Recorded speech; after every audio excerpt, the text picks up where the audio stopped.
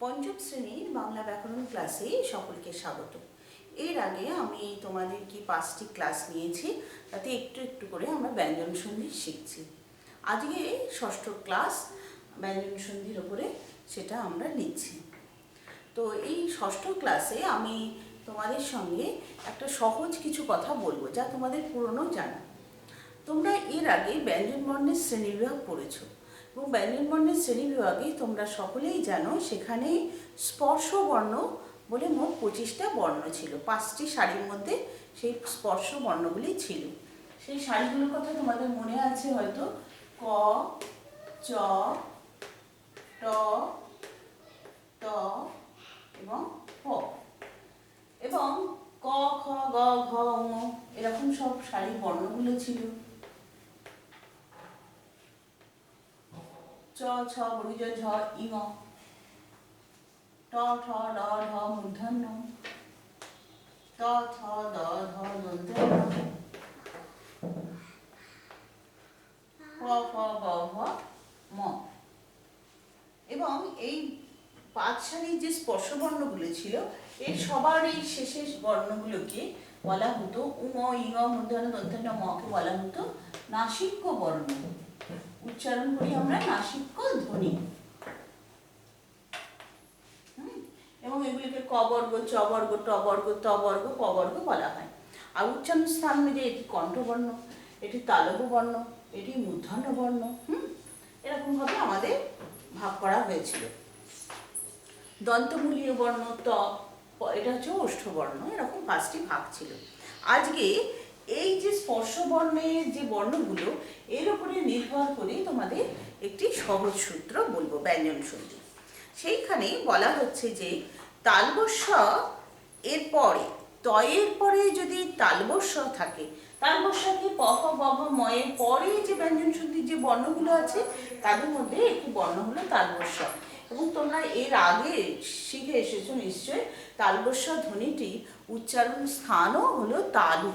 আমাদের এখানে তালু বর্ণগুলি রয়েছে, চ, ছ, বর্গীয় ঝ, ই, ঙ, এটি হচ্ছে তালব্য ধ্বনি। তো এখানে বলা হচ্ছে, নিয়ম হচ্ছে তালবস্য যদি দন্তধ্বনি, দন্তধ্বনি তয়ের পরে যদি তালবস্য থাকে, তাহলে এই তালবস্যর প্রভাবে ত ধ্বনি হয়ে যাবে চ ধ্বনির সে যে নাসিক্য বর্ণ অর্থাৎ ইঙ, এইখানে সে ইঙতে অথবা চ, ছ এখানে পরিণত হবে। কি বলা হচ্ছে যে দন্তধ্বনি আছে, দন্তধ্বনি তয়ের বদলে তালব্য ধ্বনি চয়ের রূপ পাবে যদি পরে কিনা তালবস্য থাকে। যেমন ধরো উচ্ছ্বাস, উচ্ছ্বাস এই যে শব্দটা, বা আরো তোমাদের বইয়ে আছে চলত শক্তি, উচ্ছৃঙ্খল, উচ্ছ্বসিত, এই যে ধ্বনিগুলো, এখানে ত ধ্বনিটি হচ্ছে ত ধ্বনিটি হচ্ছে নিচে, যেটা কিনা দন্তমূলীয় ধ্বনি। এই ত ধ্বনি, এই তালবস্য ধ্বনির প্রভাবে এই ত পরিবর্তিত হয়ে কি হয়ে যাবে, উৎ যোগ শ্বাস কি হবে, উচ্ছ্বাস। ছয় ছয় বফলা আকার তালবস্য কি করে হলো, ত হয়ে গেল চ, হ্যাঁ, আর তালবস্য হয়ে গেল ছ, আর নিচে বফলা, আর তারপর উচ্ছ্বাস, এখানে দন্তেশ্বয় আছে, দন্তেশ্বয় থাকবে। সেই রকম উদ যোগ শোষিত কি হবে, উচ্ছ্বসিত। উদ যোগ শৃঙ্খল কি হবে, উচ্ছৃঙ্খল। চলত যোগ শক্তি কি হবে, চলত শক্তি। আচ্ছা, এরপরে আরেকটা নিয়মে ঠিক এই একই ধরনের নিয়ম হয়ে যাবে। কিরকম, যেমন ধরো এখানে পরের শব্দটা কি বলা হয়েছে, চ, ছ বর্গীয়, যে বর্গীর চ পরে দন্তের ন আছে, তাই না? বর্গীর চর পরে দন্তের ন যদি থাকে, বা চয়ের পরে যদি দন্তের ন থাকে, তাহলে চয়ের পরে দন্তের ন থাকলে বা বর্গীর চর পরে দন্তের ন থাকলে, তার মানে আমাদের এই লাইনটাতে হবে চ, ছ বর্গীয় জ, ঝ। তাহলে বর্গীর চর পরে বা চয়ের পরে যদি দন্তের ন থাকে, তাহলে সেই দন্তের নকে ও কি করে ফেলবে, ইঙতে পরিণত করে ফেলবে, অর্থাৎ তালব্য ধ্বনি ইঙতে পরিণত হবে। ইঙ এই নাসিক্য বর্ণ এবং তালব্য ধ্বনি, তালব্য স্থানে যার উচ্চারণ বা তালব্য বর্ণ এই ইঙতে পরিণত করে ফেলবে। যেমন যজ যোগ ন কি হবে? যোগ্য। বর্গীর জ কি হয়ে যাবে? ইঙতে হয়ে গেল, বর্গীর জয় ন।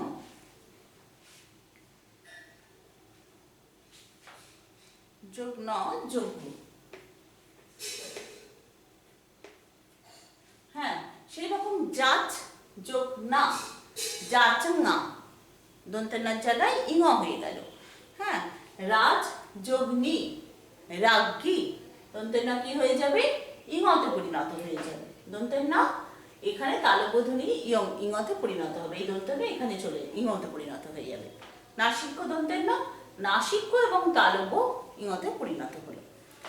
আরেকটি কথা হচ্ছে, আরেকটা যেমন ধরে এর পরে যেটা লেখা আছে মূর্ধন্যস্বর, মূর্ধন্যস্বর পরে ত বা থ থাকলে, ত থাকলে ট এবং থ থাকলে ঠতে পরিণত হয়। মূর্ধন্যস্বর মানে মূর্ধন্য বর্ণ। মূর্ধন্যস্বর কোথায় আছে? মূর্ধন্যস্বর প প বা ম উন্তু জ র ল ব তালব্য স পেচ গেল মূর্ধন্যস্বর। তো মূর্ধন্যস্বর যে সেটা হচ্ছে মূর্ধন্য বর্ণ। মূর্ধন্য বর্ণ যদি থাকে তাহলে কি হবে? কি মূর্ধন্য বর্ণ থাকলে যে ত ধ্বনিটি, ত মানে কি এই যে দন্ত বর্ণ আর কি, ত থ দ ধ দন্তের ন,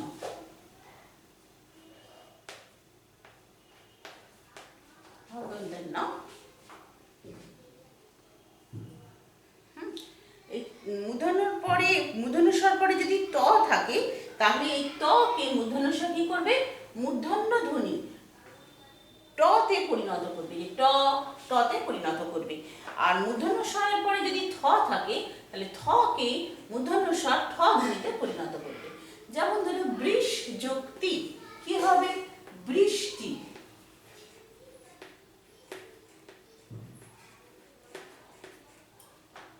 বৃষ্টি।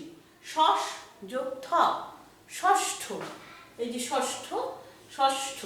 তাহলে ওখানে কি মূর্ধন্যস্বরের পরে ত থাকলে তা হবে টতে, মূর্ধন্যস্বরের পরে থ থাকলে তা হবে ঠতে পরিণত হয়ে যাবে। এবার আরেকটা কথা বলছি, যেমন ধরো এখানে আছে বাক যোগ ময়। বাক যোগ ময়, এখানে আমাদের ক এর সঙ্গে ম, হ্যাঁ, ক এর পরে ম আছে। তাহলে এখানে আমরা দেখতে পাচ্ছি ক এর সঙ্গে ম থাকলে এই ময়ের প্রভাবে ক নাসিক্য ধ্বনিতে পরিণত হবে। ময়ের প্রভাবে ক নাসিক্য ধ্বনিতে পরিণত হবে। ক বর্গের শেষ বর্ণ এবং নাসিক্য ধ্বনি এবং কণ্ঠ উচ্চারণ, কণ্ঠধ্বনি এ তখন ময়ের প্রভাবে উতে পরিণত হবে। কি হবে? বাংময়।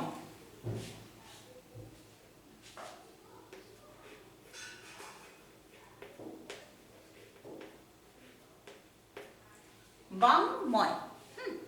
আবার সেরকম দিক যোগ নির্ণয়। তো দিক হচ্ছে ক আর নির্ণয় আছে দন্তের ন।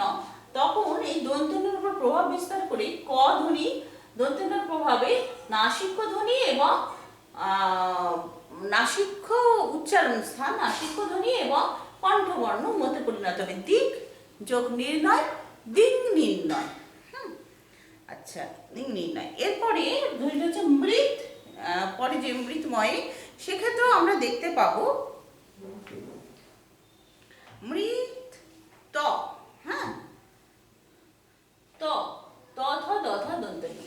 তয়ের পরে যদি ম থাকে, তয়ের পরে যদি ম থাকে বা তয়ের পরে দন্তের না থাকলেও তখন এই ম বা দন্তের ন ধ্বনির প্রভাবে এই ত ধ্বনিটি দন্তের নাতে পরিণত হচ্ছে। কিরকম? মৃৎ যোগ ময়, এখানে ম রয়েছে বলে কি হয়ে গেল? মৃন্ময়। দন্তের নয় ময় অন্তুস্থ। ময়ের প্রভাবে ত ধ্বনি, খণ্ডত্ব মানে ত, সেই ত ধ্বনি দন্তের নাতে পরিণত হলো। সেই রকম উত যোগ নতি কি হবে? উন্নতি। পরের দন্তের হলো তো ঠিকই আছে, আগের যে উতের খণ্ডত্ব, সেই খণ্ডত্ব বা ত ধ্বনিটি উন্নতি, নয় নয় তি, প্রথমটা হচ্ছে ত পরিবর্তিত হয়ে নয় পরিণত হয়েছে। বা জগৎ যুক্ত নাথ, সেখানে খণ্ডত্ব দন্তের নার প্রভাবে দন্তেনার প্রভাবে খণ্ডত্ব কি হয়ে গেল, আবার একটি দন্তেনাতে পরিণত হয়ে গেল, জগন্নাথ। এবং এটা অনেকটা ব্যঞ্জন সঙ্গতিও হয়ে যাচ্ছে। আর এখানে নাসিক্য ধ্বনি নয়ের রূপ নিচ্ছে। তোমরা আমি যে কটা পড়ালাম এগুলো ভালো করে পড়বে। আমি আরেকটা কাগজের মধ্যে কিছু সন্ধি দিয়ে দেবো, তোমরা সেগুলো মুখস্থ করবে, সঙ্গে সূত্র যে নিয়মগুলো একটু মিলিয়ে নেবে, তাহলে বুঝতে সুবিধা হবে। সবাই ভালো থেকো।